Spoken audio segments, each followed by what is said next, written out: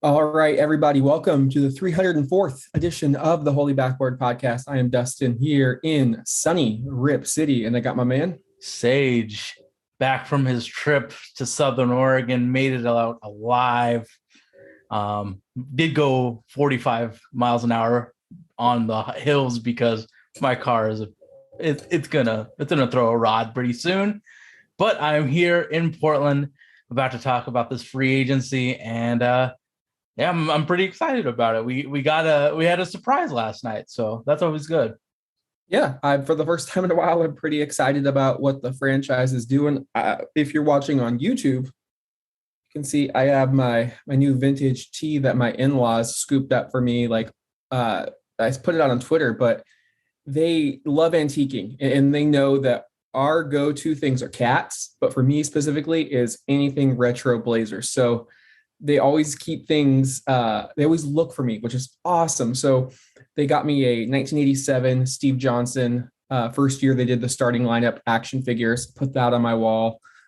Two Blazer glasses, LaMarcus and Wesley, to drink out of. As an employee, I got the set and it's in the display box. So I've got that displayed with my other set. So it's nice to have some extras to drink out of. And then they found this sweet, like 1992 Salem Sports Blazer shirt. And I scour eBay and Etsy like every day just to see what's up there and if there's a holy grail item that I'm looking for. I've never seen this shirt before, so I was just like jazzed. It's a pretty cool shirt. I was going to comment on it before the podcast started.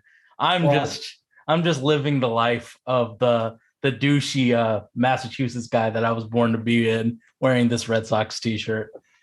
well, thank you. I appreciate that. Let's get into it, Sage. We covered the draft. We covered the Jeremy Grant trade. Clearly, it all rolls up into the offseason, but let's just discuss free agency. The first bit of news of free agency was Anthony Simons within probably half an hour.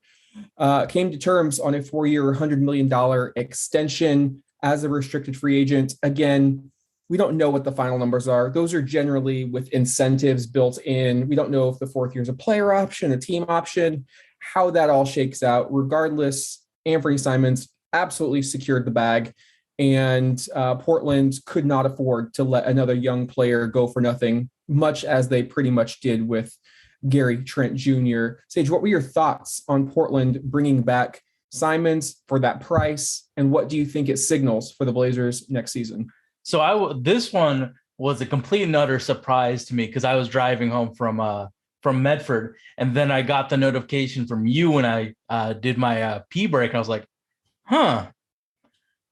I thought it was gonna be like $20 million a year, but the going to 25, it's like he proved that he possesses a skill set that is super rare as the pull-up shooter. I think he's one of the better pull-up shooters in the league. So having that skill set already baked in, he developed it, it's good to go.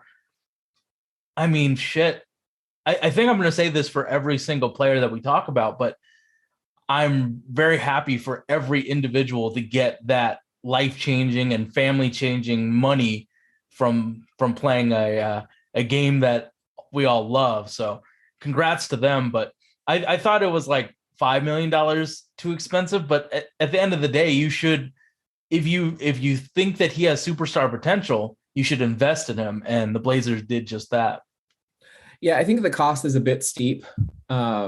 And again, when people say, well, it's not your money, it's Jody Allen's money, Paul Allen's estate. Yeah, I get that. But we're still operating under a salary cap and a luxury tax and a hard cap and all those other terminologies that the more you spend, the tougher it is to roster build. With that said, I think Portland did the right thing. They inked their player who really gives them a chance to win now, but also if things don't go so well this season or next season, He's you a still building have block.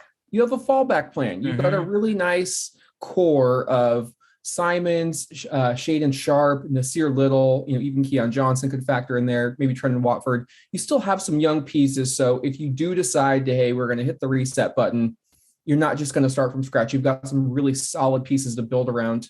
I do love the fact that Anthony has improved every single season in the NBA. He's still only 22, 23 years old, incredibly young. he may not even be in the prime of his career by the time this contract expires. So it's always good to keep that in mind.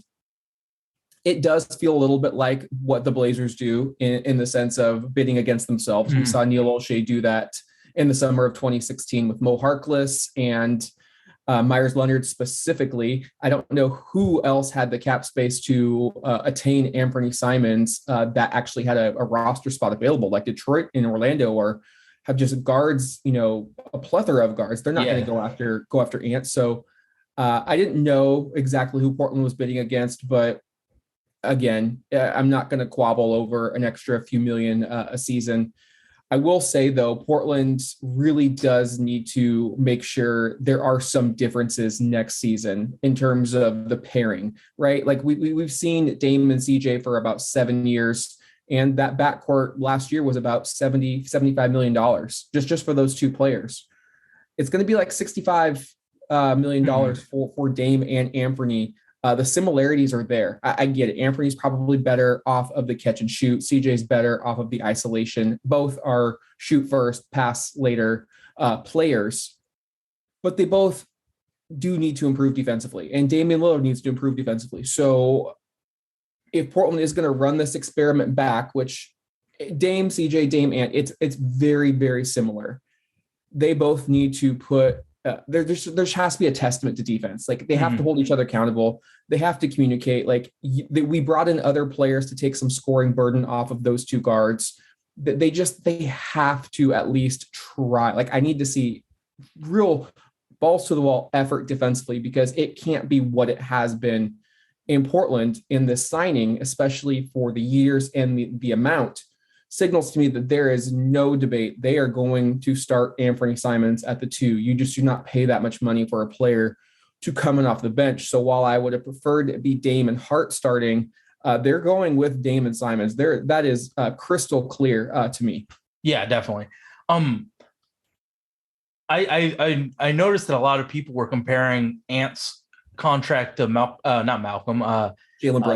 Brunson. Excuse me. That was a slip of the tongue, because maybe Brunson and Brogdon are very similar. But comparing those two, I feel like Ant is better because he's not going to get bullied defensively. Like Brunson's 6'1", Ant's 6'4". Those 3 inches are hugely important. So if given the choice between those two, Ant's my guy. I know there's context, but Brunson got targeted in the league in the playoffs. So I think that if Ant has that, just I care about playing defense to the point where I will put the effort in, and don't trust me to lock down the number 1 guy. We also have a guy for that. But as long as he's like a net negative a little bit, I feel like Ant's not getting played off the floor just because of the size. That's the baseline for Anthony Simons. Just do not get targeted time and time again. You cannot become the Enes Kanter of shooting guards. I mean, that's the bar. That's not asking for that much, to be completely honest. Not asking for anything at all. So he has how many people have the God-given athleticism that Anthony Simons does? That's not that many 1%. People. Yeah, so he has the tools. He has the toolkit to perform the job. He just has to put in that effort. In theory, he could be a really good defender because of the athleticism. I don't think that it happens where he's like, I don't know, Drew Holiday with the defense, but I think that he could be one of those off-ball defenders that's like, I'm going to put in the effort. If you blow by me, good for you, but I'm going to continue to play at this level for the rest of the game. So I don't know, like comparing Ant to other point guards or other ball handlers that got paid, it's like, I'm trusting Ant because he has some skills that are super rare.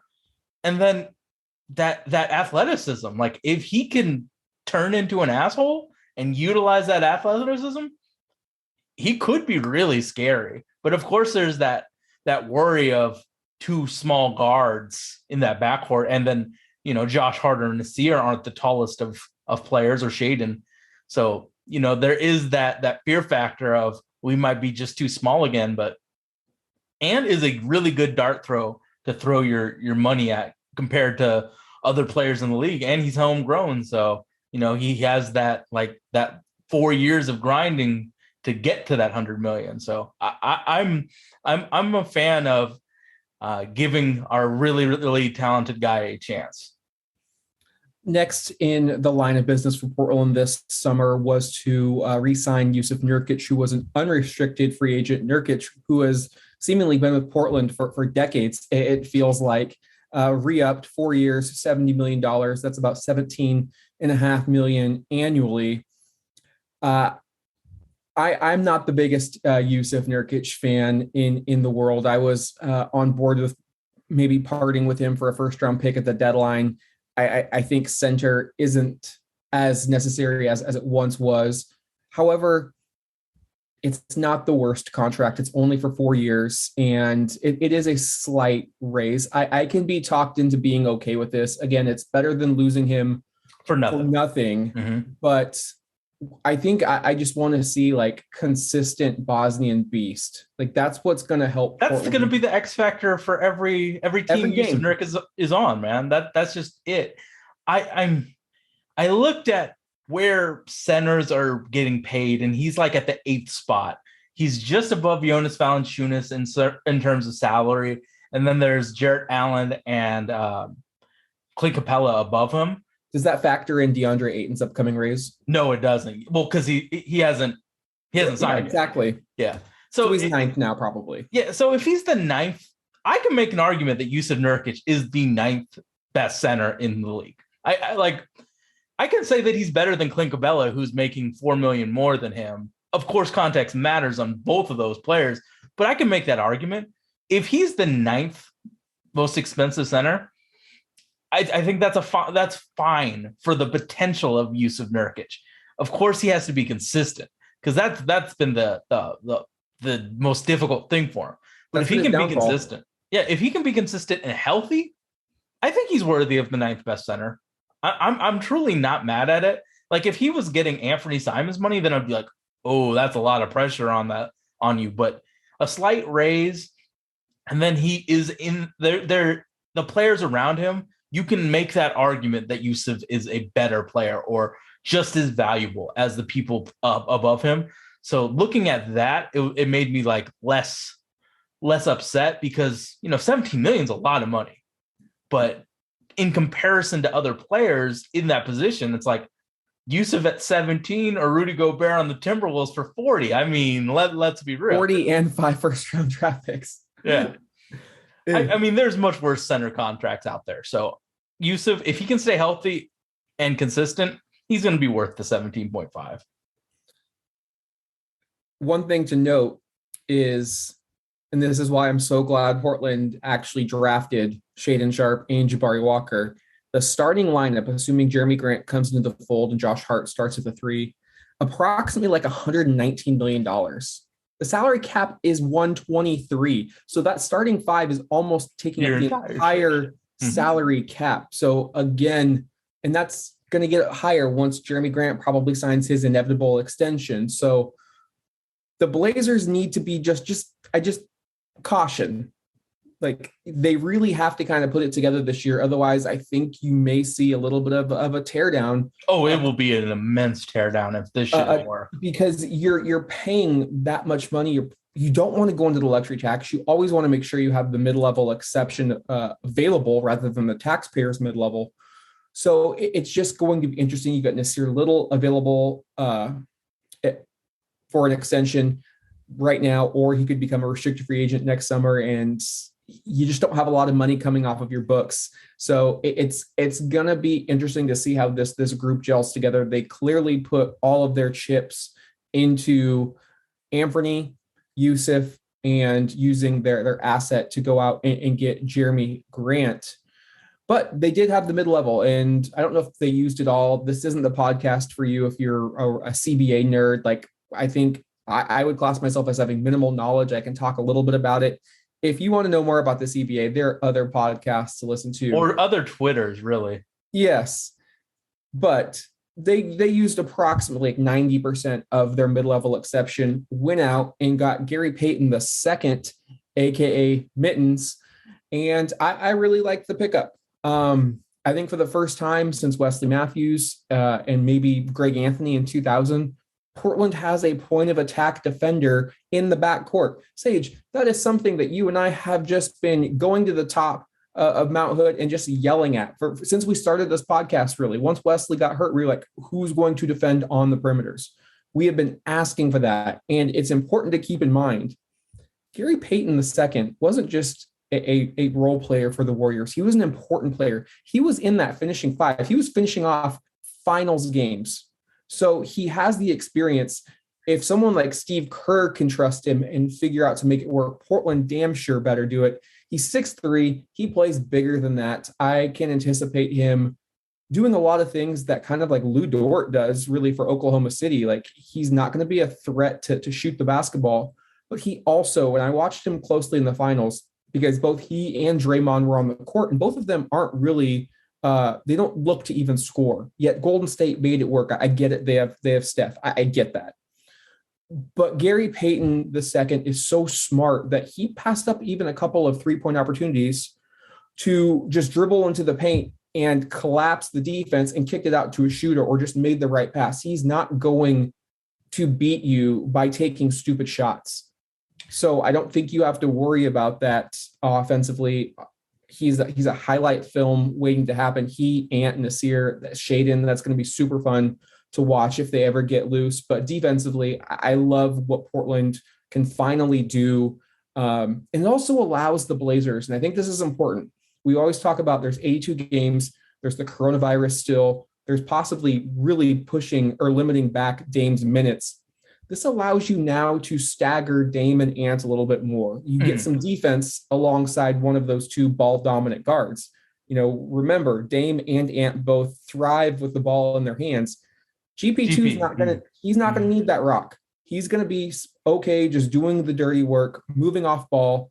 And I really think if you're going to make it work with Nurkic, he could have a lot of fun with a player like GP2. I mean, yeah.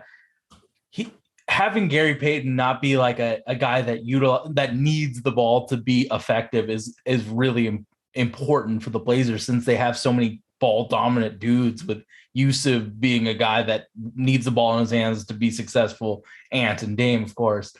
When that tweet went out that they were choosing between Mittens and Bruce Brown, I got it. I got what they were looking for. They were looking for a guy that played defense and then played offense around the margins. There wasn't going to be a guy that was like, the most ball dominant guy that they were looking for. They were looking for a guy that knows his role in Bruce Brown or Gary Payton II. I honestly wanted the cheaper one because I think that they both are really good at their role.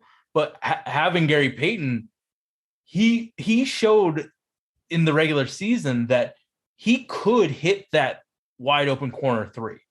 Bruce Brown, when he was his most effective, hit a floater at a really high rate. The reason Gary Payton was able to be in the lineup was he wasn't the most active shooter, but he could hit the open three if, they developed enough space for him. So as long as he can keep that level of production up, he's going to be really, really valuable. But it's pretty crazy when you think of what he can do as a playmaker. And his biggest thing, when we were analyzing him for the Blazers, he could not dribble at all. Now he is a good enough decision maker and playmaker to be able to set the table up for shooters.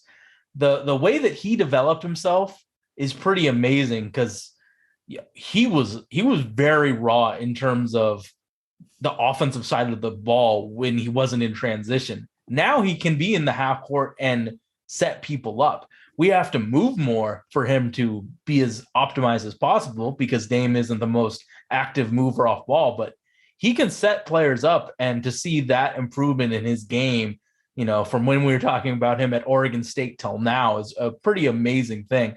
But I definitely see him being that disruptor defensively. Don't worry about the height.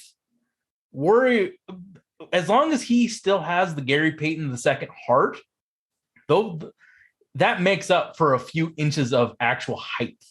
I think that we're worried about, having a plethora of 6'3" guards. He's the type of guy that it doesn't matter. He's going to put in the effort. In his 2K card, they put him at point guard and power forward. That he's not going to be stuck on only a 6'3" defender. He's going to go up and down based on the need of the Blazers. So I like the pick. Wish it was a little less expensive, but hey, I mean, I'm very happy for Gary Payton II making real money. Yeah, anytime you have to pry somebody away from their original team, you always have to pay a little bit more of a premium to get that done, to get them out of their comfort zone and to get them to, really uproot their family and like, oh, I'm going to another team. Like, this is a journeyman. Like, he's been with multiple teams, multiple G League teams. Like, he found a home there. So for him to be like, okay, I'm going to make the move again, you kind of have to make it worth their while to do so. I thought it was good value. Obviously the Blazers need another big. That's no surprise. I mean, nobody is going to argue that, but it's important to remember that this free agent class isn't great. And the available bigs that Portland could go after, like, is Otto Porter Jr. really doing it for you? Like, how motivated is he going to be now that he's gotten the bag again? Danilo Gallinari, he's going to go to a contender. Like, the backup centers, I know there was a lot of love for Mo Bamba and Isaiah Hartenstein. Do you really want to pay $30 million for two centers? I don't think so. I don't think that's feasible. I mean, that's kind of why I wanted to keep the 36th pick and draft a guy like Christian Koloko to come in and play those minutes. But Portland, Drew Eubanks will be fine. They still have Trent Watford to play spot minutes. They could go small if they want to. I think with what Portland is doing, they're gonna go small but quick and long and versatile. And they're going to really try and pester other teams. And maybe if the right opportunity comes along, they're able to pick up that backup big. They're still the draft next year. They're still, they still have a couple other trade exceptions, potentially the biannual exception. They have a couple other avenues. They still have Eric Bledsoe's contract to utilize. So you just don't know. Yes, is there a bit of a logjam in the guards? I would say kind of. Like, if you were expecting, Didi and Keon to get a lot of run this year, that was never going to happen. Yeah. I mean, Shaden Sharp's now he's really going to have to work and earn those minutes. I mean, of course I want to see him play, but you got to beat out some of the guys to get some spot minutes. And if he does that, that will really make those minutes much more meaningful than just saying, here, go out and just develop you. He'll get that run in practice. One thing that I thought was pretty hilarious was seeing Joe Ingles on day one signing with the Bucks, and that was one player I did not want to bring back. Ingles was already on the decline and is coming off of an ACL injury, and we've seen players miss just an entire season in better condition than Joe Ingles and Jamal Murray and Kawhi Leonard. Like, it's a long process, and I go back to that press conference when Joe Cronin was like, we value Joe Ingles' bird rights. And it's like, no, you don't. You're just, it's PR. You're trying to make a shit sandwich taste a little bit better because the team was completely in tank mode, and maybe give the marketing folks at the Blazers something to do or tweet about. I don't really know, but I never bought into that belief that the Blazers wanted to bring Joe Ingles back. You draft Shaden Sharp, you got Josh Hart, you have Nasir Little, you have Justice Winslow. Where would the minutes have even came from? So hopefully Joe Ingles, I have nothing against him. I just never bought into that being a fit at all in Portland. I mean, you got to win that conference a little bit. Like, people know who Joe Ingles is. Casual fans know who Joe Ingles is. The division rival. Yeah, like, you can't say, oh, we don't really value him, because that's not how you win. You win that press conference. You have to actually stretch the truth a little bit, or completely lie and say, yeah, he's a value member of the team. No, he made friends with Josh Hart on Twitter, and we hope that he recovers really well, and we can be just a landing spot for him. I mean, I get it. You have to win that press conference, or at least like not make it look like, hey, we're tanking. Real quick, thoughts on Drew Eubanks probably coming back 1 year for the minimum? If it's a minimum, I just truly don't care. I mean, if he's our third center, good for him. If Who's the second center then? Because I don't know. Trendon probably should play center. He can't stretch the floor, but I will never have negative feelings over a minimum player. Yeah, he tries hard. Yeah, and he's at least mobile. So yeah, I think you can throw him there in spot minutes. The team, I think, is going to, it in a way feels a lot like a couple years past where we were really banking on Nurkic. I think almost everything rides on what Yusuf is able to do, and that's scary as shit. Let's not sugarcoat that. But when you go GP with your MLE, this is the one avenue, right? Yep. So before we move in and talk about what the rest of the league is doing, because there has just been crazy news, and I wanted to get your thoughts on it, Sage. Portland right now has I think 16 players under contract and a two-way spot available. What do you expect them to do? I mean, everyone keeps kind of thinking, oh, Josh Hart could be on the move. There's too many guards, but he's already welcoming Gary Payton on Instagram. He's well established in the league, man. Yeah, I thought maybe there was something with Nurk. It took him a while to get signed, but no, he's linked up. I think they've got to try and maybe package Bledsoe and a couple other very smaller pieces just to get that roster down a bit, maybe just get one piece. So that's what I would be looking out for. Any thoughts on what else Portland could do this summer? I mean, package Bledsoe and Didi or whoever for, backup big like Tony Bradley or something. I don't know. Yeah. It's not going to be sexy whatsoever. It's like we did everything that we should have done. Like this is basketball team building 101. We did everything we needed to do. Now it gets to the point where we're working around the edges, and hopefully we get another center that can at least he fills all of the bar for entry to be a rotation big. I would love a Mark Williams now to be our backup big, but it's just finding somebody that because of the their team buildup, they have a center that deserves playing time that doesn't get it. So when I saw that Andre Drummond got signed to that, I think it's a 2-year, $6 million deal. I think Tony Bradley's still on the roster. Let's get him, or Tristan Thompson. He's on that roster, I think, still. So just finding a guy that because of what happened doesn't have a role, try and target that player and bring him in to fill that third big role. Quickly, give me a knee-jerk grade so far of Portland's offseason, which includes the draft as well as free agency. Because you added the draft. A- because of the draft. I think Walker, getting Jabari Walker is a humongous value that people aren't really realizing, because he should have been our 40th pick and he fell to 56. That's a huge value. Shaden Sharp, I mean, at worst was 7th on our boards. So we got third on my board. So I was we got 7th on mine, but we got really good value in the draft. So that brings it up. I mean, we traded for Jeremy Grant. That's a win for what we're trying to do. I haven't found anybody none of the contracts are really ew. It's all reasonable. It's like we had a competent guy doing his role. So I don't really have any negative thoughts about this. I get it. I understand it. So B+, A-. Yep, I go B+, depending on what incentives, how the wind blows that time of the day. I go between a B and a B+.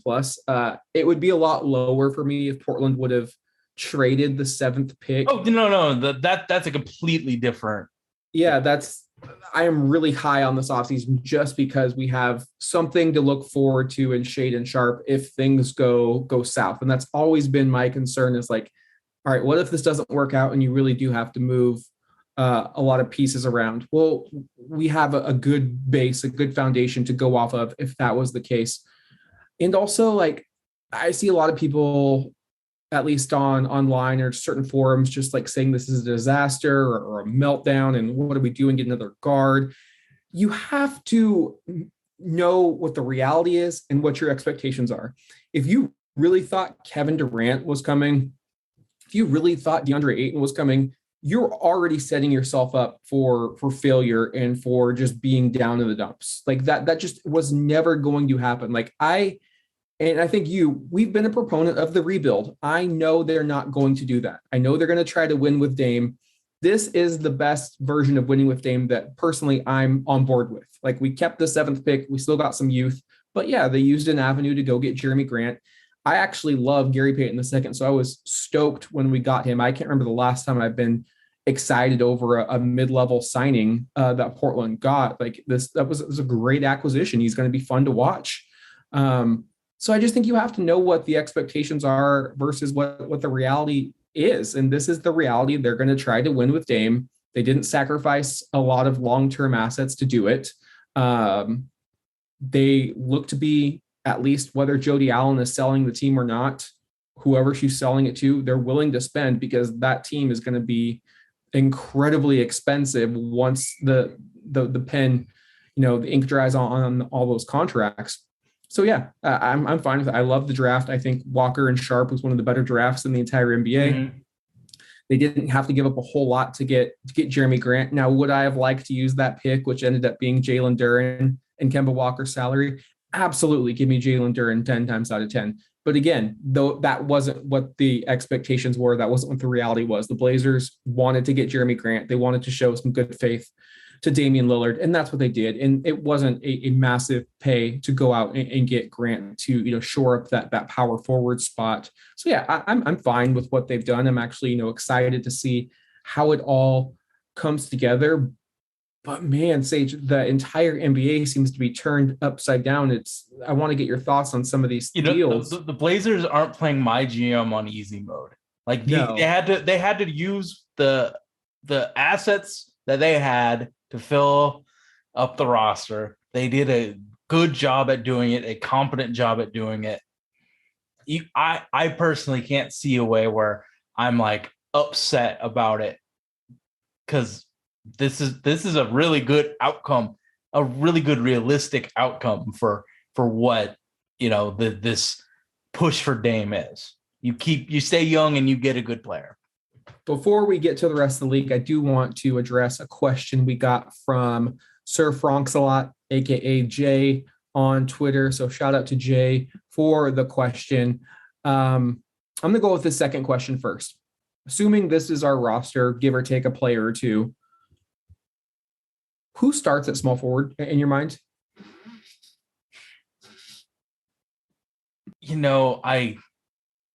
For the longest time, I thought it was Josh Hart, but if Nasty Nas kills it in the training camp and preseason, I could see him playing the small forward role as well, because I don't think Josh Hart has that ego where he has to start. So I think it's between Josh Hart and Nasty Nas. What about you?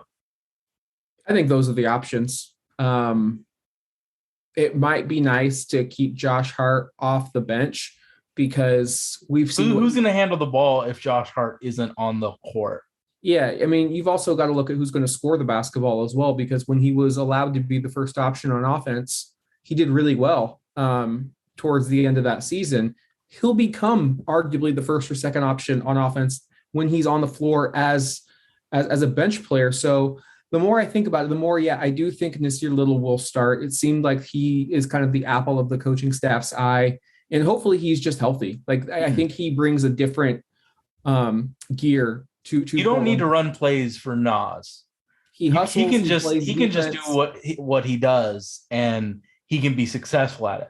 Josh Hart, you're going to have to give him some playmaking reps because he does what the coach asks as a playmaker, penetrate and pass.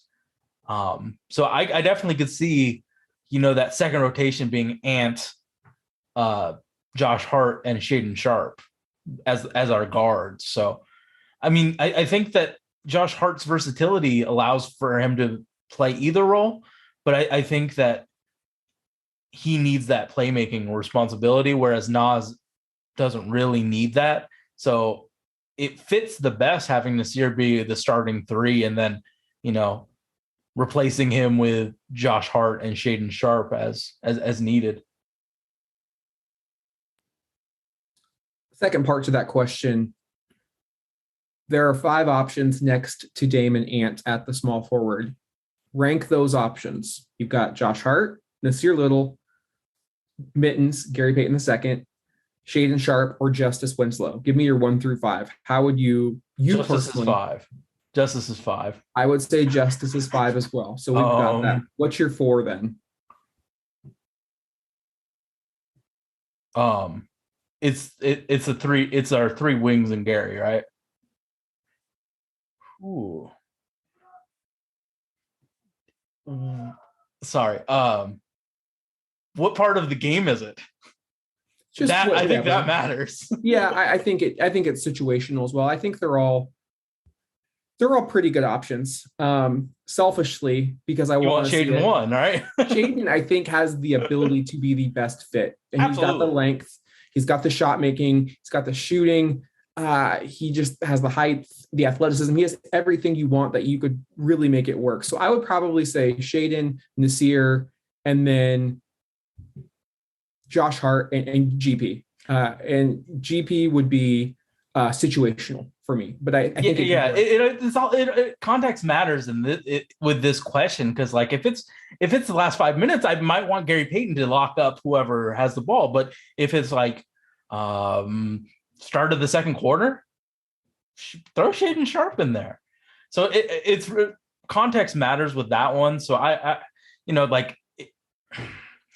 for this year, it's probably Nas, Josh Hart, Shaden Sharp, Gary Payton, and Justice. In future years, Shaden Sharp's going to overtake both of them. And then I don't think Justice is on the team in the future. So, all right, let's get to the rest of the league. I would start off with Kevin Durant, but that's not what I'm really kind of buzzing about. Rudy Gobert was traded in division from Utah to Minnesota for a combination of just a bunch of role players. You got Jared Vanderbilt, Patrick Beverly. They got the draft rights to Walker Kessler, Malik Beasley. They got the draft rights to Leandro Balmero, the 2020 or 2021 second round. No, we wrote a blog about it. I wrote a blog about him. So yes, and 3 unprotected picks, 2029 like top 4, top 5 protected pick, and a pick swap in 2026. Danny Ainge, whether you love him or hate him, essentially just did the Pierce Garnett to Brooklyn deal again. How am I wrong in thinking that he just completely fleeced the Utah Jazz? I mean, they traded the Minnesota Timberwolves. Excuse me. They traded a lot of assets for a guy that is a questionable fit. That's a Kevin Durant type of haul, and you're trading for a guy who can't play in the postseason. How are they going to make up for one? Like it's not a seamless fit whatsoever.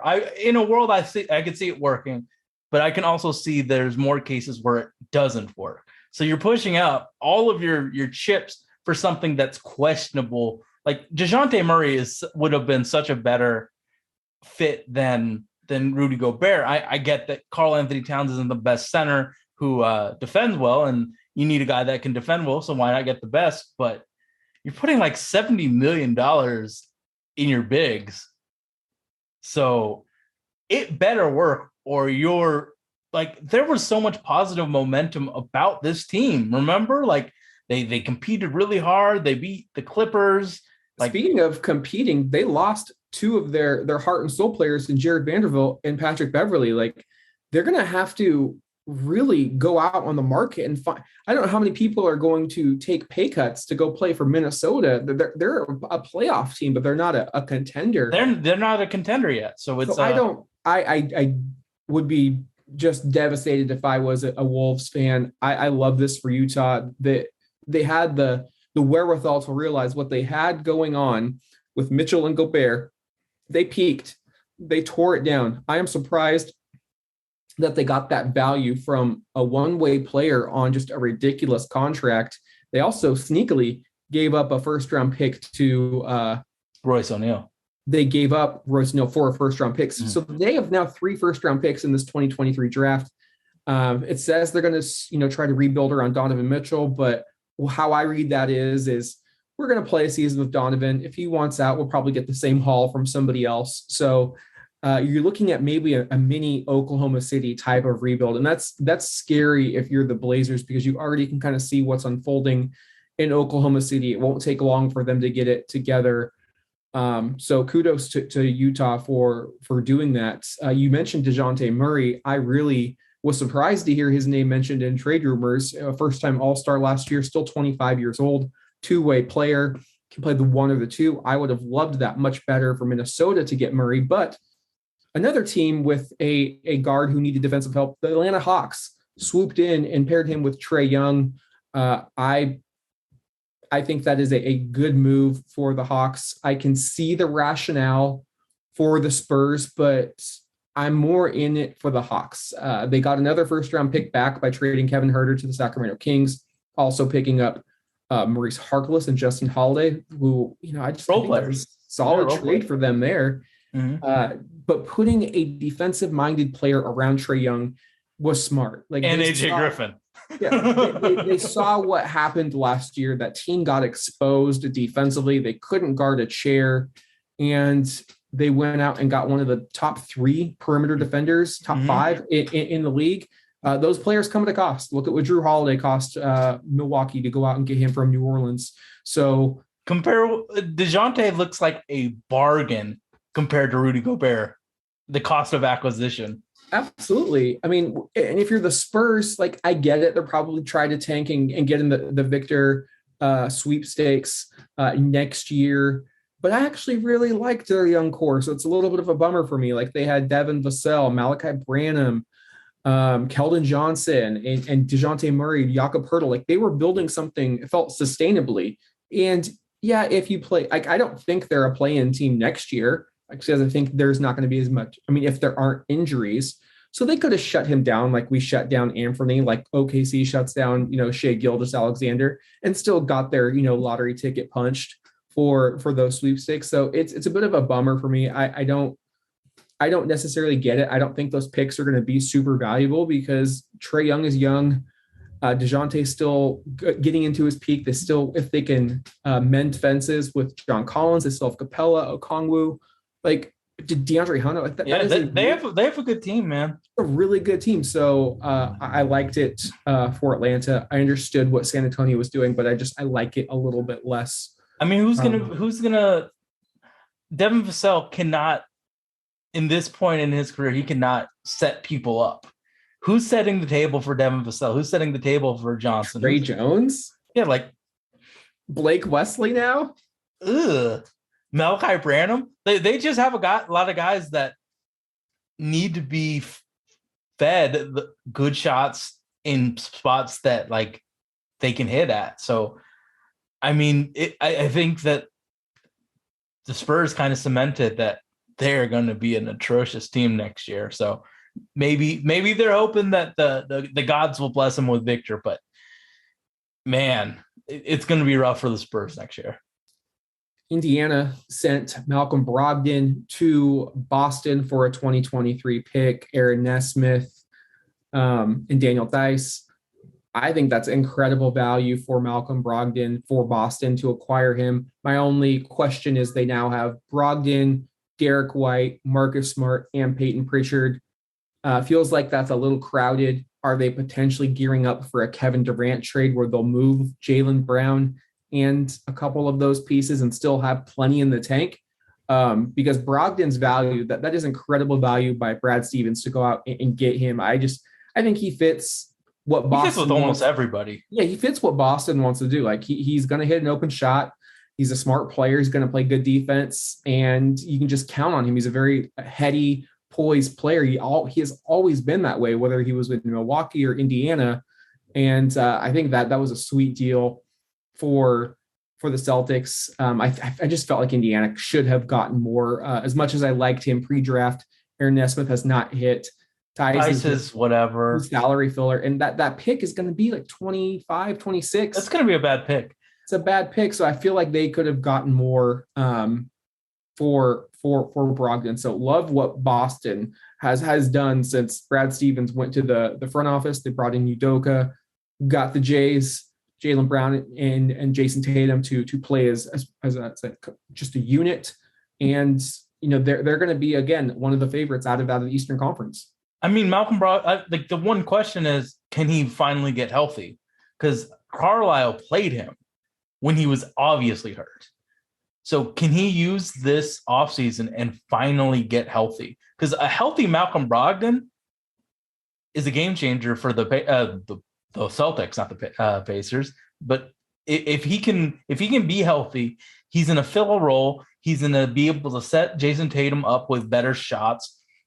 I mean, having Marcus Smart be your main ball handler, it's a double-edged sword. There's going to be some days where Marcus looks like a great player, and there's sometimes where he struggles. Having Malcolm Brogdon kind of fills in that high variance of performances, and just he's going to be solid and calm and a good presence in that locker room. And like if he can get healthy, like there were times in the last few years where Malcolm Brogdon probably should have been in the All-Star at least conversation. So having a guy that can do all that, it's nice. So the Celtics got really good value. I don't really value anything that the Celtics gave away. So essentially it was nothing for a guy that's a really valuable, good point guard.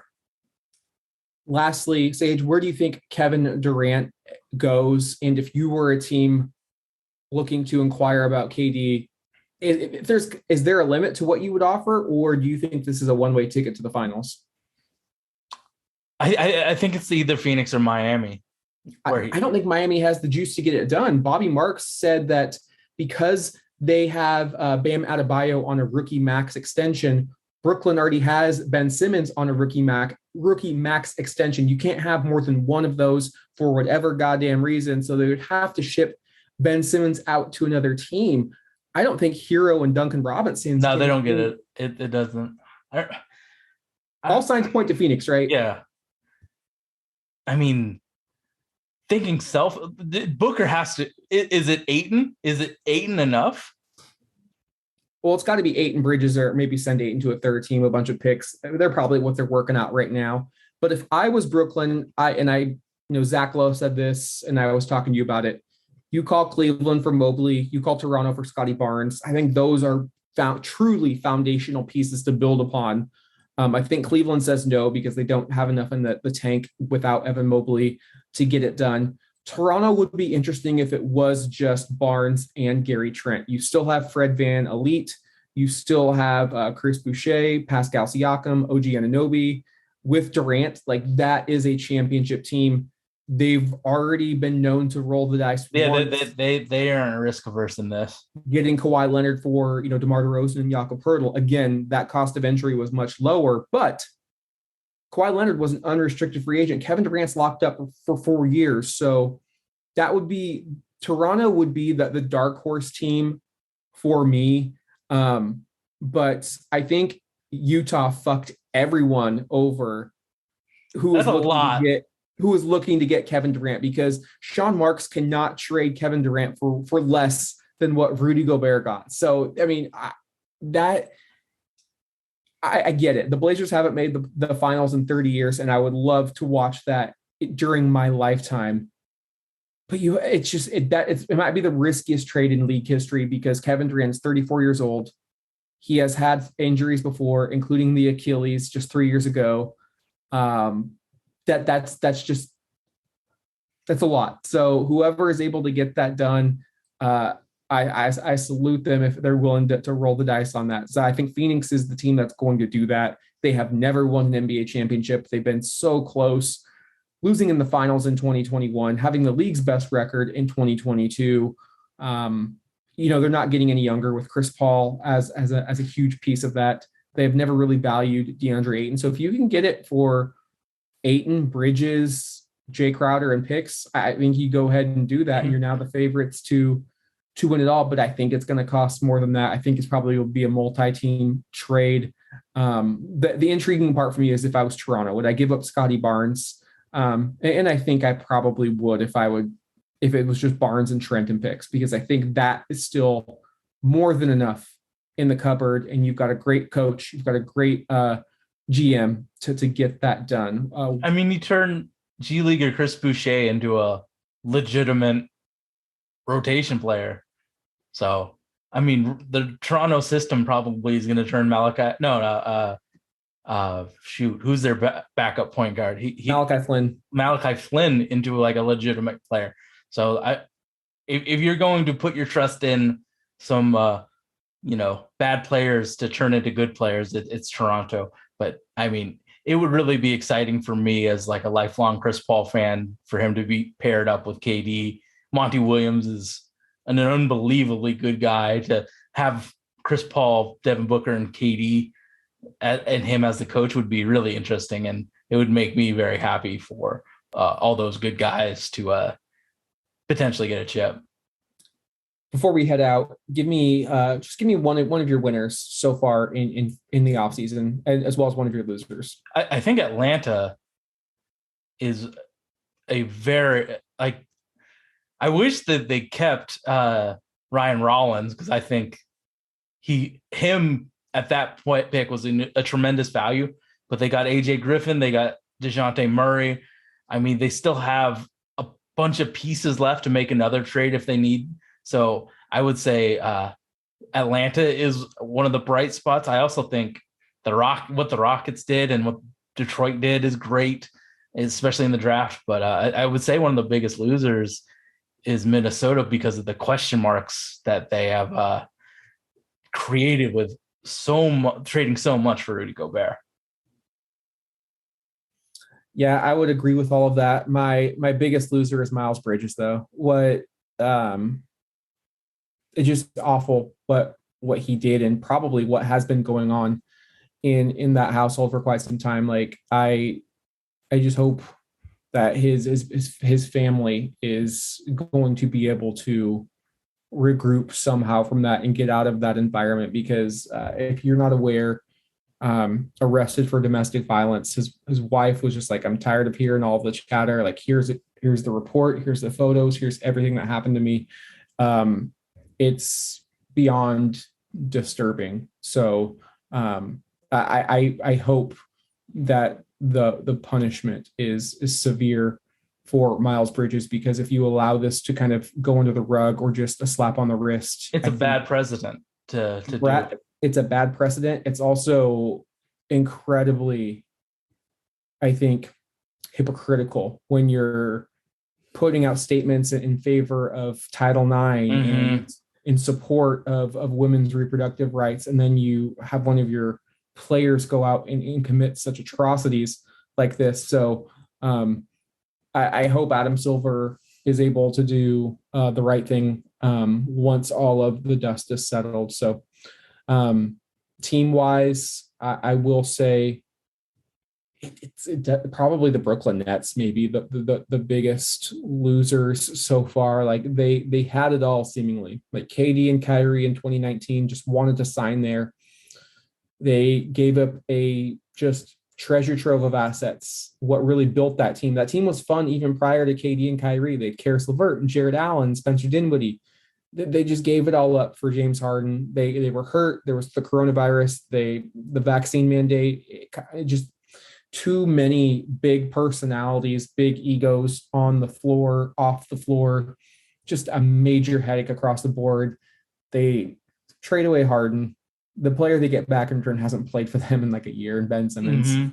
Kyrie Irving opts in, still wants out. And then the day after he opts in, Kevin Durant's like, trade me.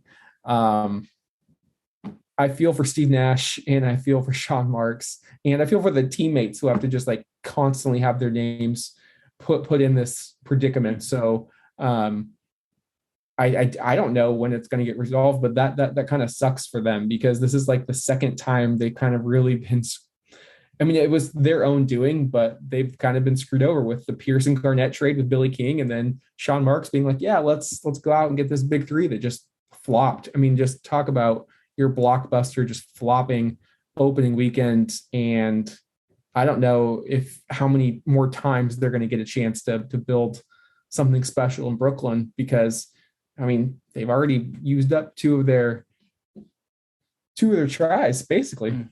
I mean, it's not going to be in this Biden presidency where they can try and make another move. It's in the future, at least 4 years. I mean, when do they have the access to their own pick? Like that's when the rebuild starts. I don't know because Houston has all their picks. Yeah, so whenever that, like, Houston's in a great spot right now. Like this tear down of the Nets really improves all of those Houston picks. So I mean, it is an interesting thing to see. I think a lot of the fireworks are now done. We're waiting on KD and the decision on that, and then I think it's about team building for the Blazers now with cheap, cost controlled, 1-year signings, and finding the market inefficiencies of free agency is the next step for the Blazers. All right, y'all. We'll be back if any more news breaks. If not, you'll hear from us probably during Summer League, which kicks off here in about a week. Portland will play Detroit. I think they have Houston on the schedule as well. It'll be really fun to see a lot of the young players, especially our first round and second round picks, and not Josh Hart, Shaden Sharp and Jabari Walker. Sage, let our listeners know where they can find us and take us on out. We're available wherever you find your podcast: iTunes, Stitcher, Himalaya Podcast, all the podcatchers that you use. We're on, so Spotify as well. And like and review the show. Give us 5 stars, and we will be back this summer to talk about the Portland Trailblazers. Peace. Ugh.